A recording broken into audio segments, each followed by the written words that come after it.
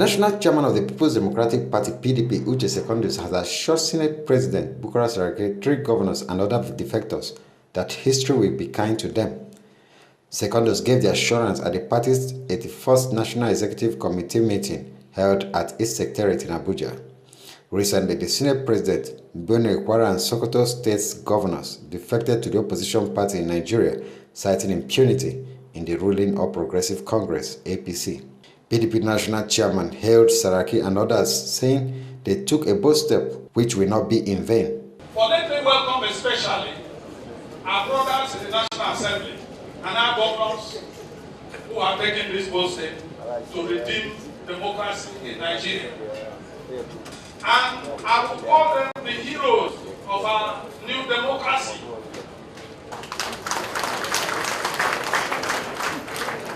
It is not easy at all for you to be in a ruling party where you have a president, where you have all the paraphernalia of office, where you have the security agencies, and for you to take that bold step to be on the side of the people.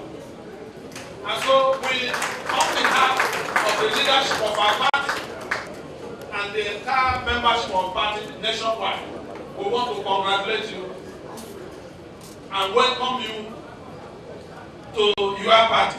Secondus expressed regret that agencies of government established to protect the people have been deployed to assault institutions of democracy by the federal government. The case of Ekiti and the case of Benue is a typical example where the people who sworn to keep law and order, and who are sworn to our constitution, literally are the same people who have gone and brushed the laws aside against the rule of law.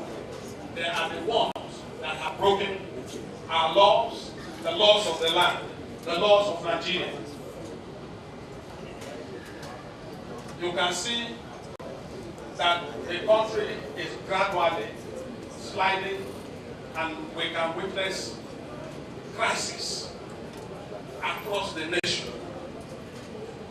The people are not happy.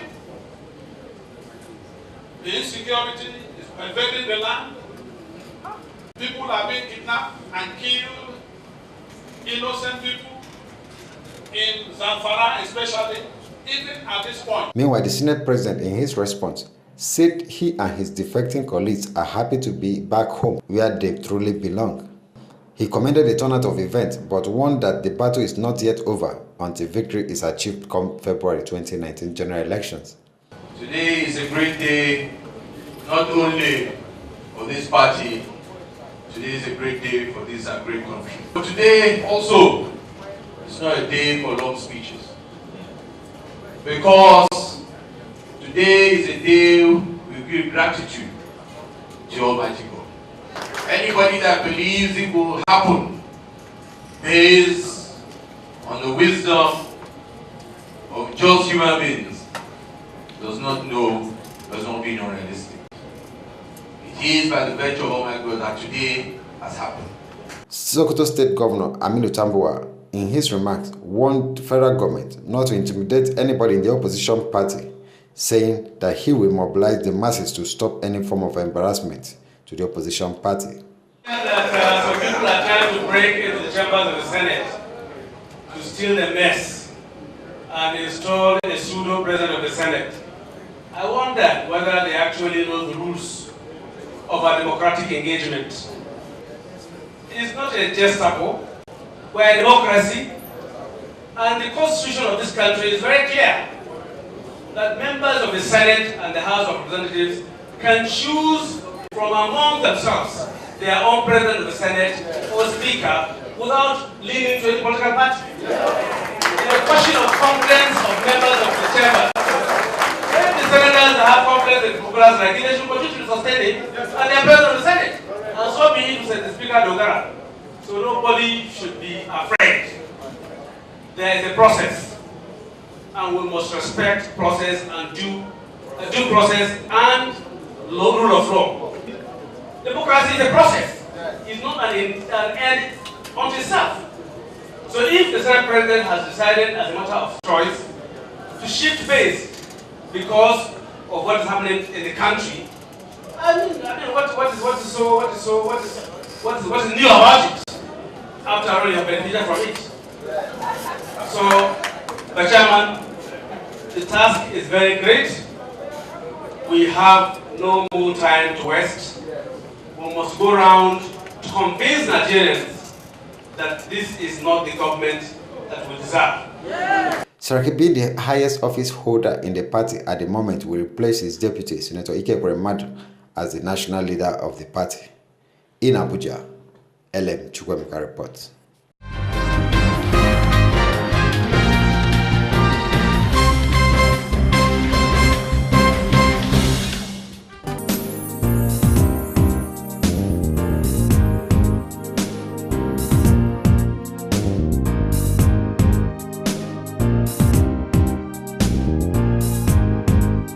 The PDP caucus in the National Assembly has revealed plot by APC senators to reconvene Senate plenary Wednesday night to impeach Senate President Bukola Saraki. In the cover of the night, the group said it will keep vigil at the parliamentary building to prevent what it called an abuse on democracy. Addressing journalists at the Senate premises Wednesday evening, Deputy Minority Leader of the PDP caucus of the House of Representatives, Chukwuka Onyema, alleged that Senator Ali Ndume, Ovie Omagege, and Abdullahi Adamu are the mastermind of the plot. When information was brought to us that the Senate chambers was being forcefully invaded by a couple of senators led by Senator Ali Ndume, Senator Adamu Abdullahi, and Senator Omagege, and the aim of their invasion of the Senate, while senators are have gone on recess, they wanted to invade the Senate chambers to come and sit illegally and impeach the Senate president illegally when everybody is out on recess. We also have it on good authority that they are planning to come back this night and tomorrow morning, aided by security forces, our own security forces that is meant to, their job is meant to protect Nigerians, protect lives and property of Nigerians. They are the ones leading these dissident senators to come and looking for the right word to use because they want to truncate democracy. As President Muhammadu Buhari embarked on 10 days vacation to London, the PDP caucus urged the president to keep an eye on the unfolding event in the polity to prevent the situation from boiling beyond control. That is why we said we will tell the people, we have to tell Nigerians what is happening. We are right here in National Assembly, it is 6 o'clock. We're supposed to be on recess, we're also supposed to have finished our committee work, we're supposed to be at home, but we said we are not going, we're going to stay here. We have also information that some policemen have arrived, so we want to find out what they are doing here. If you all go to the Senate chambers, you see that it is locked up and barricaded with chains because nobody is supposed to be sitting. So if we're going to allow, I don't know if to some senators, they want to attempt what happened in Benue State, which in zone is an illegality in its entirety. They now want to bring it to National Assembly. So that will show you what our leadership, the leadership of the country, the executive, what they want to turn this country into. We're also aware that as a parting shot, that Mr. President is going on holidays for 10 days. We wish him well, we wish him quick recovery, and we wish him to come back on time so that if this is happening behind his back, he will tell his people to stop it. We're no longer in military rule, we are now in democratic rule. So we all swore to uphold the Constitution and to uphold this democracy, including himself. So he should be here and he should watch it go. By right, he shouldn't even go with this kind of thing happening. Senator Bukola Saraki announced defection to the PDP Tuesday. Is expected to cause some ripples in the numbers of area, particularly in the Senate, where it's imagined that the APC caucus in the Senate are regrouping to take a shot at the seat of the Senate president. In Abuja, Muyo Bamdele reporting.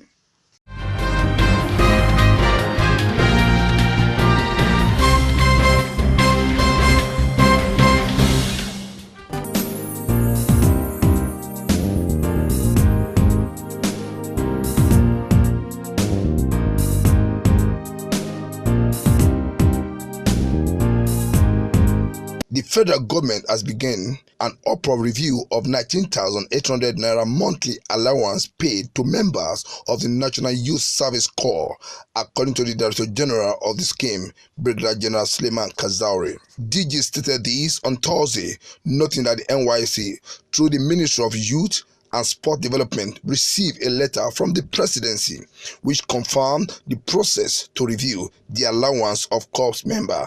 Kazauri, who disclosed this while inspecting the NYSC orientation camp in Abuja, said the presidency has also sent a copy of the letter to the Ministry of Finance for further consideration. The DG said the federal government is working to increase the monthly allowance of the corps. The DG earlier in Edo State warned corps members participating in the 2019 general election as ad hoc worker to shun electoral malpractices. He stated this while addressing corps members deployed to the state for 2018 Batch B service year, warning that any corps member who violated the electoral law will be dealt with accordingly.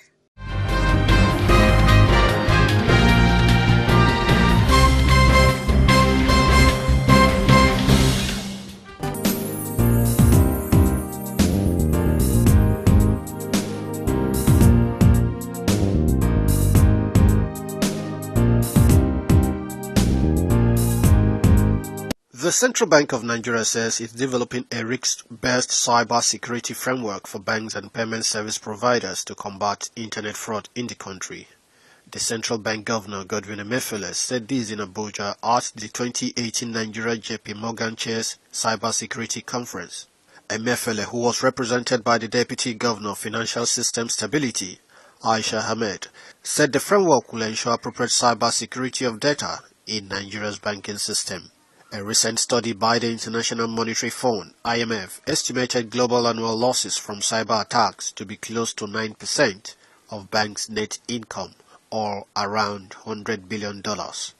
Also, according to the 2017 Nigeria Cyber Security Report, the country was losing about 127 billion naira yearly due to cyber crimes.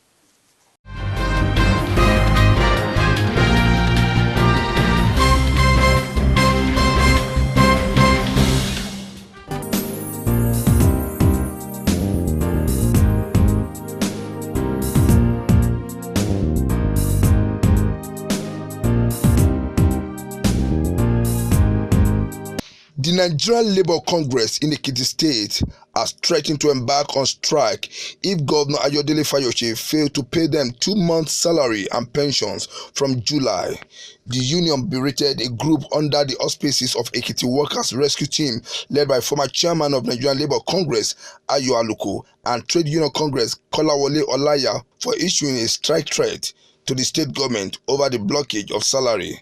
The NLC said the two men lacked the power to make statements for workers as they were not recognized by the state and national executive of the union.